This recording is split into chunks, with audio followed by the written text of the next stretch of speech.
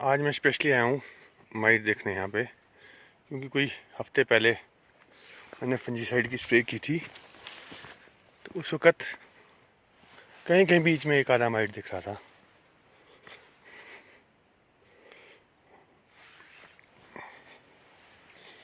तो अभी भी उतना ही है। अब मैं माइट की एक बात बताऊँ, अगर शुरू में आ जाए आपके तो नुकसानदेह होता है।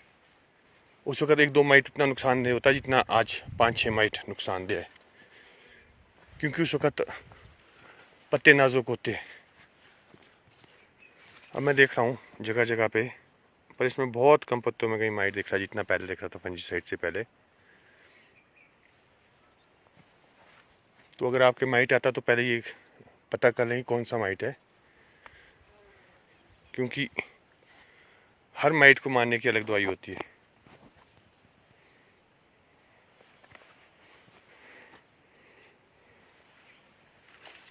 और आप सबके बारिश भी बहुत अच्छी आ गई होगी, अब फंजीसाइड की ओर जोर दे। और माइट की मैं बात कर रहा था, इस बार 2 स्पॉटेड माइट काफ़ी दिख रहा है लोगों के, जो कि हर किसी माइटीसाइड से नहीं मरता है।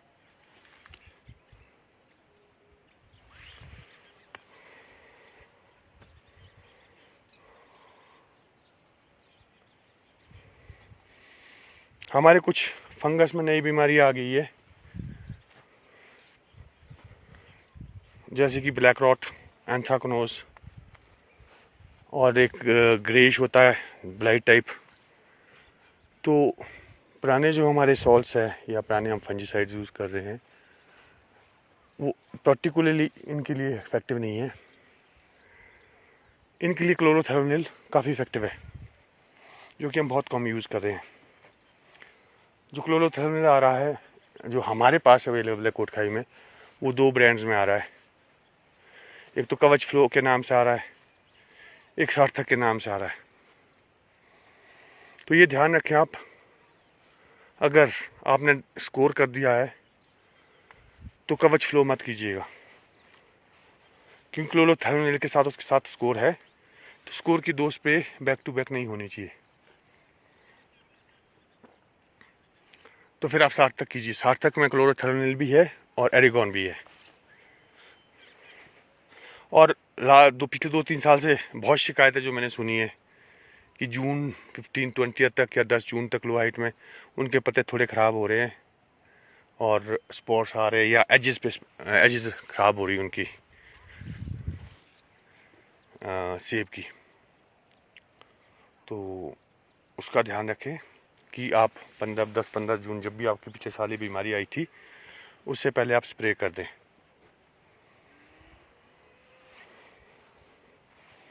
अब नमी की तो शायद किसी कमी नहीं रही होगी, क्योंकि सबके बहुत अच्छी बारिश आ चुकी है। और पीछे टेम्परेचर बढ़ गया था, तो ब्लैक जो एफिड्स थे हमारे, वो भी कम हो चुके थे।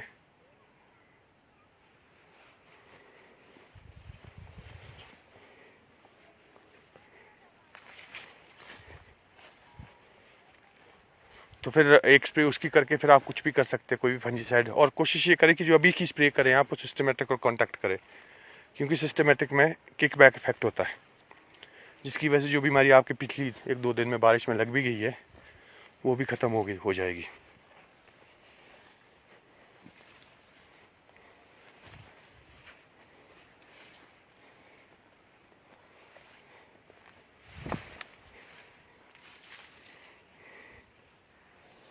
और जिन लोगों ने फर्टिलाइज़र नहीं डाली है, बहुत लोग ऐसे सूखे की वजह से फर्टिलाइज़र नहीं डाल पाए थे, तो आप सॉइल में फर्टिलाइज़र डाल सकते हैं,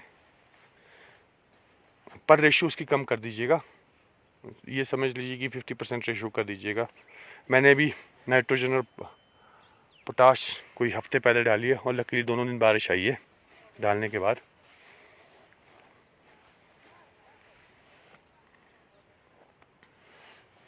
अब जो मैंने बोला था कि यूरिया की स्प्रे कीजिए आप, इतनी ज़रूरी नहीं रहेगी, क्योंकि अब न्यूट्रिशन सॉइल से मिल जाएगा नमी के बाद।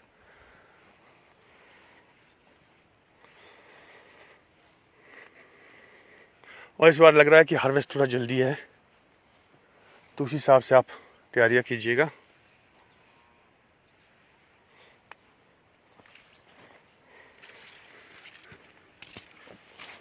अब जो मैं देख रहा हूँ कि मेरे को कहीं 15-20 पत्तों में एक, 15-20 तो नहीं, 40-50 पत्तों में एक माइट मिल रहा है। पिछली बारी 15-20 पत्तों में मिल रहा था। तो मैंने कोई स्प्रे नहीं की थी माइट के लिए। अब मैं ये बोलना चाहूँगा माइट के लिए कि 2-3, जब तक एवरेज में सब पत्तों में ऑलमोस्ट 2-3 माइट ना कीजिएगा स्प्रे, क्योंकि अगर आप प्रीडेटर माइट्स मार देंगे तो दूसरे माइट बहुत ज़्यादा फैल जाते हैं, जिनकी शिकायत कई जगह से आ भी गई है। कुल्लू से भी आई है 2 स्पॉटेड माइट की, कुल्लू मनाली से। और यहाँ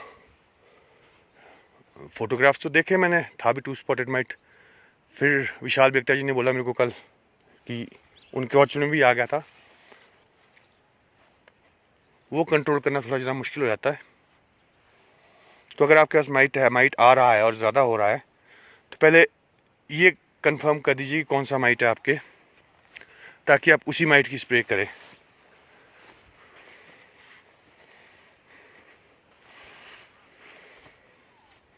और कोशिश ये करें कि माइट की स्प्रे अकेले हो, किसी फंजीसाइड के साथ ना हो, क्योंकि इफेक्टिवनेस कम हो सकती है उसकी।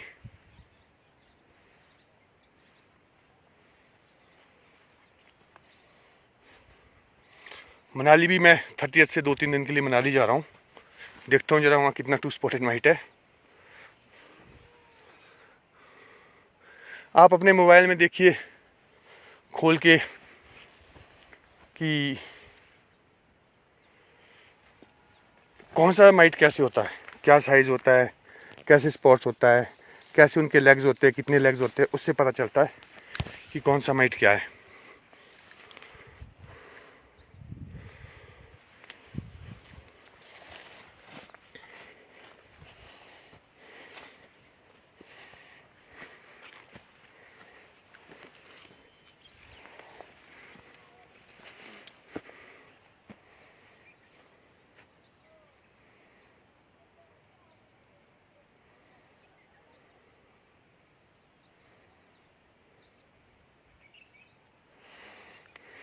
और बहुत सारे लोग मेरे को क्वेश्चन आ रहे हैं कि रेड माइट है, तो ज़्यादातर माइट रेड कलर की होते हैं जो मेच्योर होते हैं। जो मैंने अभी आइडेंटिफिकेशंस बताई उस हिसाब से आइडेंटिफाई कीजिएगा उनको।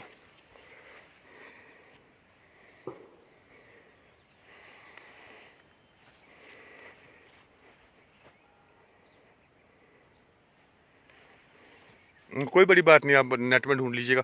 मैं आपको 4-5 माइट के नाम बताता हूँ। यूरोपियन रेड माइट हो गया, फिर वेब स्पिनिंग जो जाल बनाते हैं, और आपने देखा होगा कई बार उल्टी साइड पत्तों में स्पेस स्पॉट्स होते हैं, वो स्पाइडर माइट्स होते हैं, जिसमें आपके 2 स्पॉटेड माइट भी आता है, और डेनियल माइट आता है, और ब्राउन माइट आता है। तो वो अलग अलग होते हैं। ये हमारे इसलिए ज़्यादा फैल गया सब माइट, क्योंकि जो हमारे पुराने माइट थे यूरोपियन रेड माइट, वो हमने कोशिश की कि माइट हम जड़ से उखाड़ दें, जो कि पॉसिबल नहीं है। तो हम एडवांस में स्प्रेस करने लगे प्रिकॉशनरी, जब माइट भी नहीं था, जिसका कि बहुत नुकसान हो रहा है। अब मेरे 3 ऑल्टीट्यूड में बगीची है, मैंने अभी तक किसी भी ऑर्चर्ड में माइट की स्प्रे नहीं की, और ना ही कोई इंसेक्टिसाइड किया है। पोस्ट ब्लूम फ्लावरिंग के बाद मैंने कोई इंसेक्टिसाइड नहीं किया है।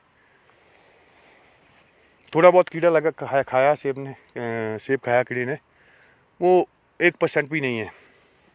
तो अगर मैं स्प्रेस करता तो मेरे को ज़्यादा कॉस्टली पड़नी थी बनिस्बत इसलिए कि मैं 1% सेब, 1% तो नहीं है, 0.5% होगा खाया हुआ, अगर मैं उसके चक्कर में पड़ता, स्प्रेस के चक्कर में, और परेशानी और होनी थी।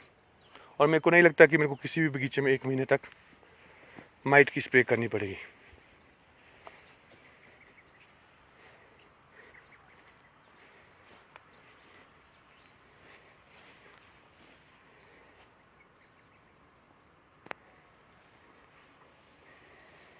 तो जो पहले फॉरेन कंट्रीज़ में, यूरोप और अमेरिका में भी ऐसा हुआ कि हम स्प्रे करते थे हर चीज़ के लिए।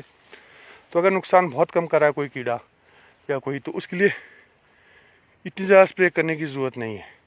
तो अवॉइड कीजिए उसका, क्योंकि आपका खर्चा ज़्यादा होगा और फ़ायदा कम होगा। ये जो है ये एस्पर का पेड़ है, मैं आपको नज़दीक से दिखाता हूँ। इसमें साइज़ बहुत अच्छा आता है और स्पेशली हाइट के लिए ये बहुत अच्छा सेब है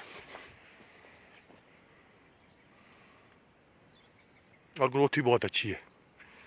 ये मैं दूर से दिखाता हूँ आपको। इसमें कोई 1-1.5 पेटी है। 3 साल का पेड़ है, 3 मतलब कि लगाने के बाद 3 साल का है, नॉट ग्राफ्टिंग। ग्राफ्टिंग 1 साल पहले हुई थी। और ये जो बहुत बड़ा पेड़ दिख रहा है आपको, ये 4 साल का है लगाने के बाद। इसमें कोई 2-3 पेटी सेब है और ग्रोथ भी बहुत अच्छी है इसमें।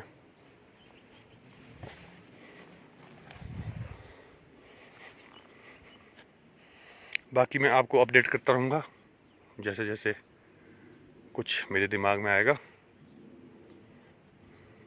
Okay bye.